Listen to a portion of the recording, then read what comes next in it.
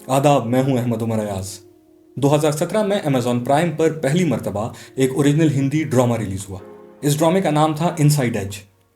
इसके रिलीज के सिर्फ एक साल बाद यानी 2018 में कुछ ऐसा हुआ जिसने इंडियन एंटरटेनमेंट इंडस्ट्री के ना सिर्फ फ्यूचर बल्कि उसके बिजनेस मॉडल को भी बदल डाला। इस साल पहले जुलाई में नेटफ्लिक्स पर सेक्रेड गेम्स और फिर बाद में नवंबर में अमेजॉन प्राइम पर मिर्जापुर रिलीज हुई।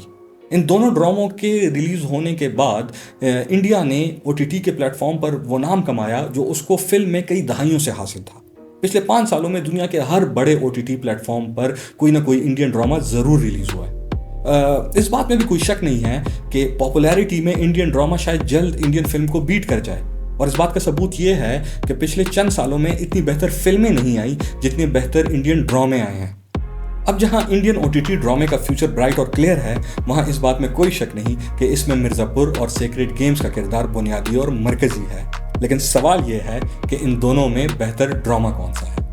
सेक्रेड गेम्स को नेटफ्लिक्स के लिए बनाया है फैंटम स्टूडियोज ने, जिसके प्रोड्यूसर और डायरेक्टर हैं अनुराग कश्यप, और इसकी कहानी बेस्ड है विक्रम चंद्रा के इसी नाम के एक नॉवल पर जो 2006 में पब्लिश हुआ।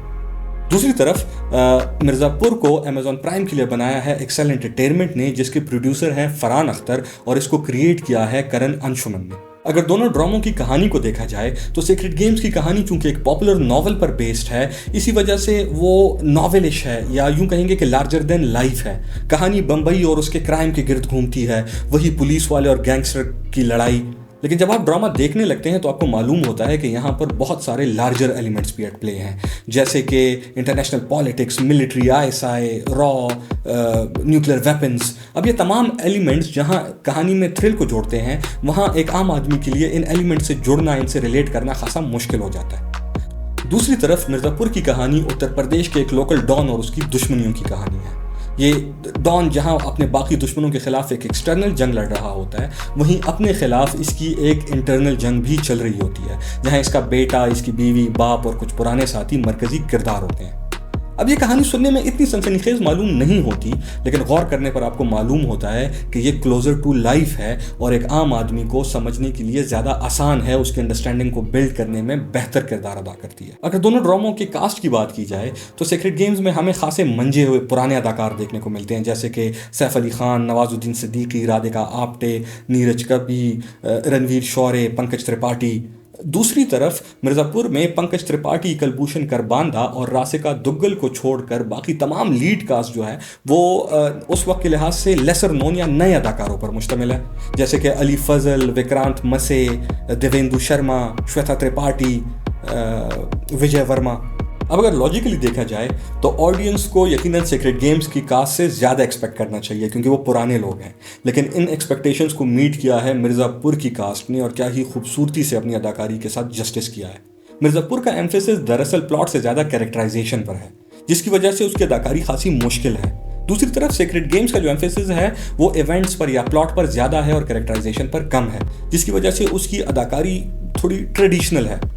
अगर दोनों ड्रामों के थीम्स की बात की जाए तो सेक्रेड गेम्स के थीम्स कलेक्टिव या लार्ज हैं, जैसे कि war, religion, spirituality, espionage, international politics. दूसरी तरफ मिर्ज़ापुर के थीम्स पर्सनल या इंडिविजुअल हैं, जैसे कि greed, guilt, lust, sexuality, violence, revenge.